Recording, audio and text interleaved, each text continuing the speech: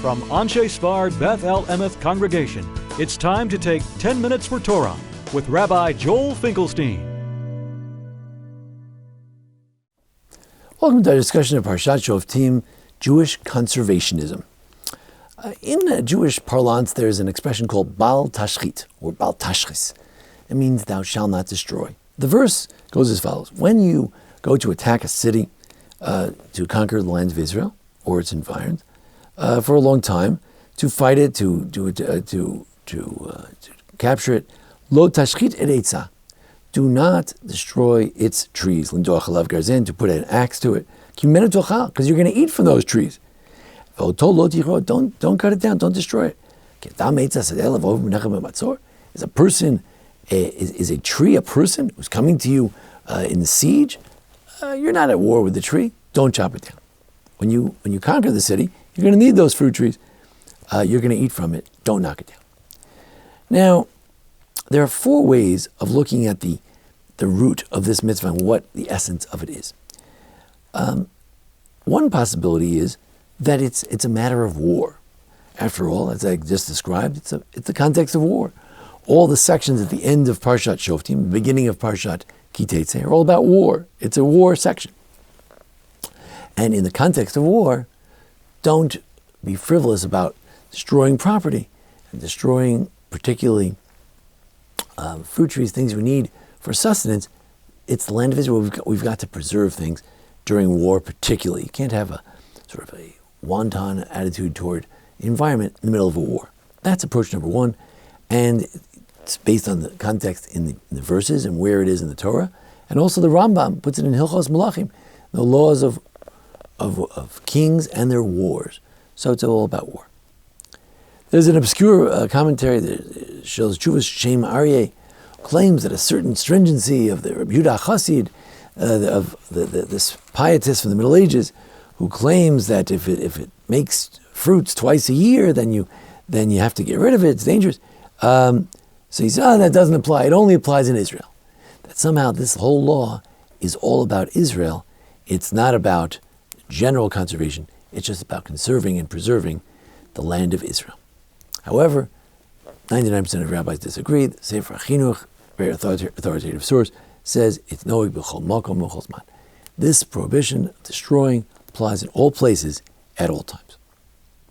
The third approach is that it's not about wars. It's not necessarily about Israel. It has to do with any sort of fruit tree. It's all about fruit. After all, it says, from you are going to eat from it. So it has to be a fruit tree, and it's all about fruit trees. In fact, the Rambam in the Laws of Kings, and Wars, says that the Torah prohibition is against ilanei machal, trees that bear fruit. However, there's a rabbinic prohibition against other trees and other destruction of any vessel, anything that ripping clothing or knocking down a house. If you did it in a destructive way, it's a violation, but it's a rabbinic violation, not a Torah prohibition. So they're taking the approach that the essence of the mitzvah has to do with food and fruit trees. However, the Rambam elsewhere in the Sefer HaMitzvos, in his book of mitzvos, says no. Kol hashchasa yesh bo isur d'oraisa. Any destruction is a Torah prohibition. Kol hefsed nichnas tachalav zeh. Any destruction of anything is included in this. And any tree and all losses, aside from trees, are also included in this destruction. It's against wanton destruction of things. So, four approaches. Is it a matter of war, a matter of the land of Israel, a matter of fruit, or a matter of any kind of destruction of any sort? Rav Asher Weiss says that if you look at the Rambam's approach, on the one hand he may think that it involves all things, but on the other hand you only get punished for trees. He says, you know why? Because there's something called mefurish bikra. It's true, maybe the rabbis interpret it in general that it applies to all destruction. Bal tashchis, don't destroy anything.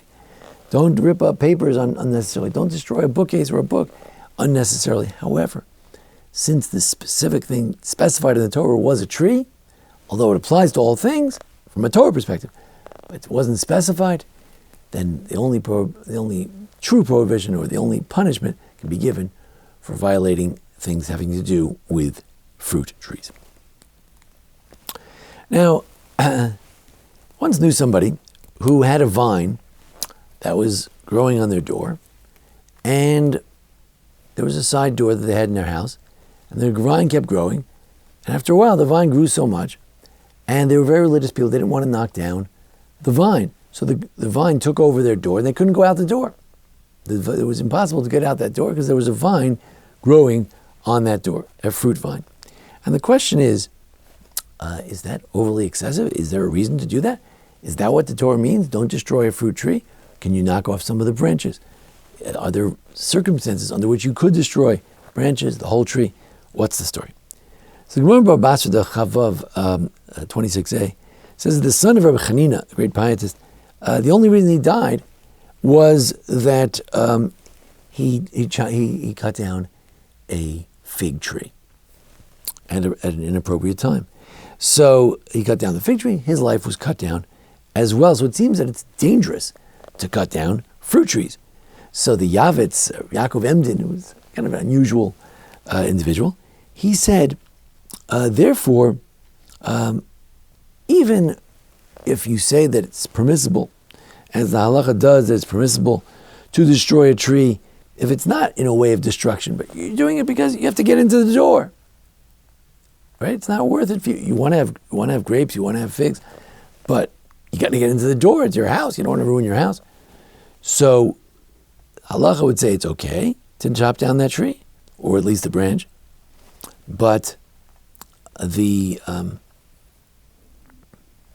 but there is an idea that no, you shouldn't do it because it's sakana. It's a danger, and we don't want to get involved in danger. That's what the Yavitz said. That's what Rabbi Yaakov Emden said. However, Rabbi Asher Weiss says that's ridiculous.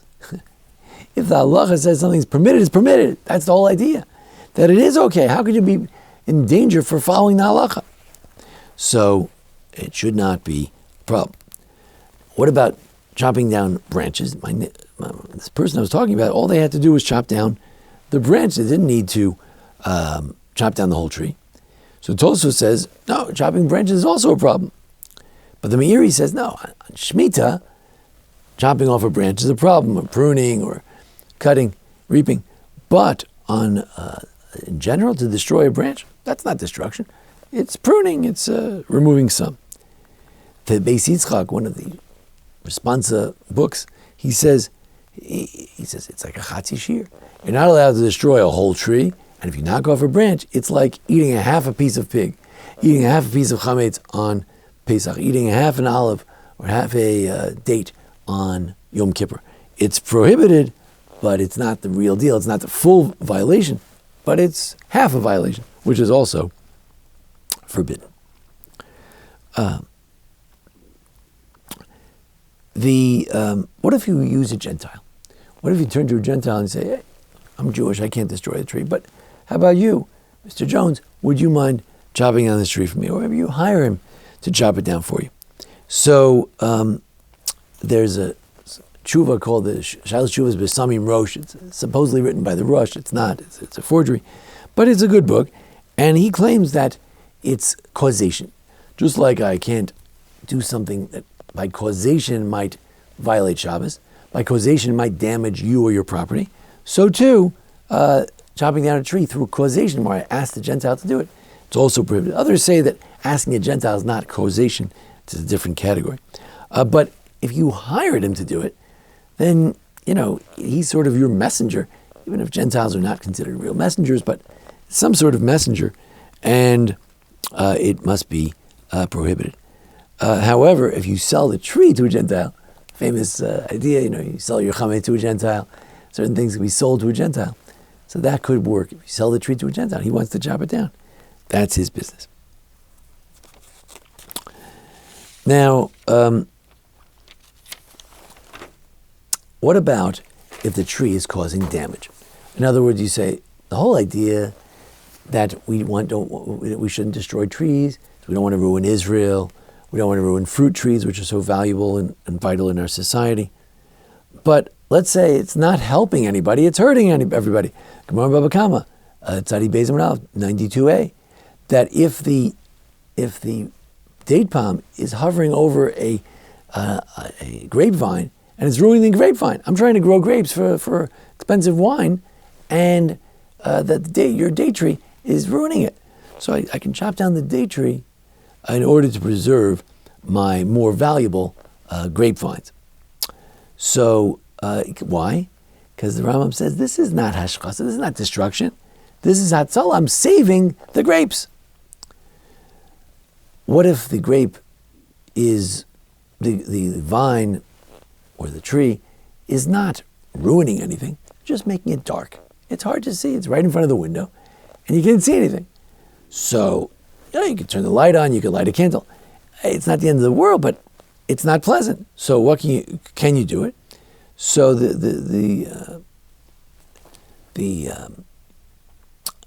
one source says, Shulchan Aruch Harav, the original Lubavitcher Rebbe, he says it's okay. Even if you just have a small need, it's causing too much darkness, you can chop it down. It's okay.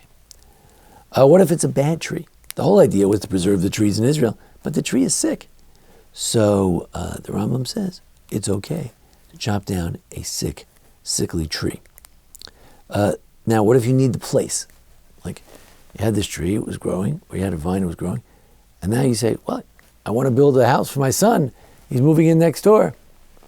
I got to have room, so I got to chop down this tree. Very often, that's what happens when you build a neighborhood, or you have to chop down some trees. So the Rosh says, it's okay. If you need the place, perfectly okay. Now, the Chassam Sofer says, wait, and we have to see. Is the child's house more valuable than this orchard? Or is the orchard more valuable than the child's house? Whatever's more valuable, that's what you can do. And that gets us to the theory of one of my teachers, Rabbi Aaron Levine, who's a rabbi, was a professor of economics at Yeshiva University, myself, my brother, and he was also a rabbi in Flatbush. Alav Hashalom passed away as a young man.